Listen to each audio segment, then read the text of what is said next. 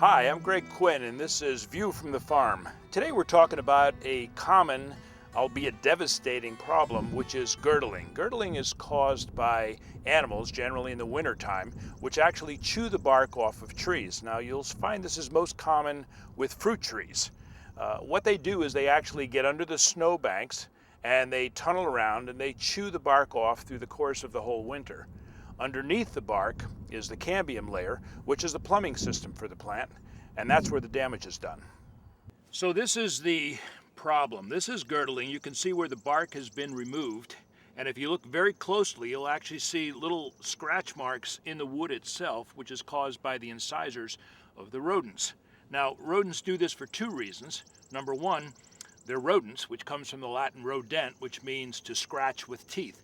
And what happens is their incisors never stop growing, so they're constantly gnawing and chewing. But there is a little bit of nutritional value in this, and during the wintertime, when the snow is up to here, they will get through the snow, they'll tunnel, and they'll start to eat off this bark and eat into the cambium layer of the wood. You can see there's a little damage up here, and that's caused by the snow being so deep they can actually walk up the snow, make little stairs, if you will, and chew on different levels of the tree. Now, to explain what the problem is, the cambium layer, which is the layer of wood immediately below the bark, contains the phloem and xylem. This is where the plumbing system for the plant is. This is where all the moisture and nutrients go up and the chlorophyll come back down. And when you damage this cambium layer, you ultimately damage and oftentimes kill the tree. And so we need to repair this area so that that plumbing system is reconnected, so to speak, and the tree can then start to breathe. So what we're going to do today is we're going to do bridge grafting. Now, the first thing we want to do is to clean up this wound. And we're going to start by cutting right above the uppermost graft, the girdling rather, and then removing that bark. Sometimes it comes off kind of easy, sometimes you have to work at it a little bit. We want to have a nice clean section so that we can then connect the bridge graft. Okay, once that's done, then what we're going to do is we're going to cut some scions. Now, scions are short little branches that can either be taken from water sprouts, which grow from the base of the tree, if they have them. This tree doesn't have them. Or it can be taken from terminal buds, the terminal bud branches of the tree itself. So what we're talking about here is actually cutting some branches which are going to be our scions. Scions, a great Scrabble word, comes from the Latin meaning kinship or offspring. We're going to use these little branches as pipes. They're going to transmit the nutrients and the water from the ground up to the tree around that damaged part, and then of course the chlorophyll from the top of the tree back down to the root system. Now, it's important to remember that you have to use dormant branches. That's branches that have not started to leaf out yet. We're kind of lucky right here because for some reason this particular apple, unlike a lot of the others in the row here, hasn't started to leaf out yet. And so we're going to take some branches and use those for all of the apple trees. It's also important to use the same variety, the same cultivar as all of the other branches if you have to take it from another tree. So these are the scions. And when you cut the scions, you want something about the size of a pencil. And it's very important to make sure that when you install the scion on the tree, that you install it right side up. So you can tell by the way these buds are kind of growing upright. This is the top of the scion, this is the bottom of the scion. The bottom part goes to the bottom of the tree, the top part goes to the top of the tree. It's very important.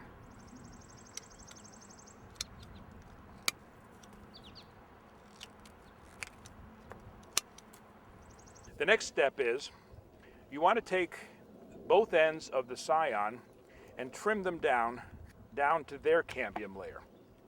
It's important for the two cambium layers, the cambium layer of the scion and the cambium layer of the tree, to come in contact, because that's what's going to fuse and graft and create the transmission of the moisture and ultimately the nutrients. So basically, pruning one side off a little bit flatter than the other, and that's the part that's going to slip below the bark and create the new plumbing system for the tree. And you want it kind of narrow because this is the part we're going to be slipping beneath the bark, So you want it to kind of a chisel end, if you will. Okay, so that's what we're looking for. Cuts on both ends, that's going to slip between the bark and create the new plumbing system. Okay, so what we're going to do here is, for the first one, we're actually going to insert the first scion below the bark.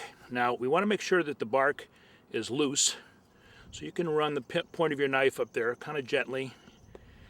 Usually on young trees, the bark separates quite easily. This is a fairly young tree. So you can see how far up I'm getting, and you're going to do the same thing on the corresponding down spot of the bark.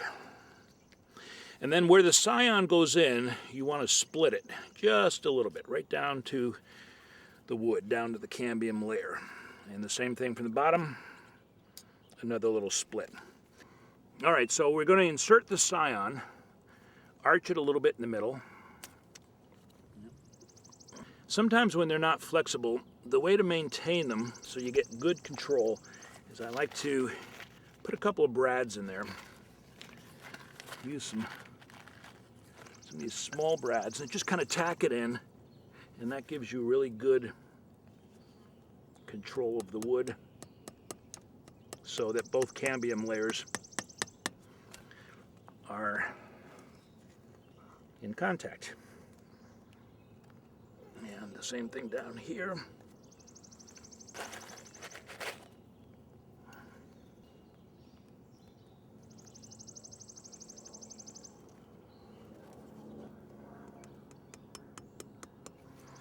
And that holds it in place. Okay, so there's your first graft. Now when we're finished, we're going to be covering this with a water-based asphalt sealer, which is available in most garden centers, and that will seal up these little breaks. Now we're going to continue this process all around the tree. You want these about every 2 to 4 inches around the tree. This is a relatively young and small tree, so we'll probably use, looks like maybe 4 of them on the tree here.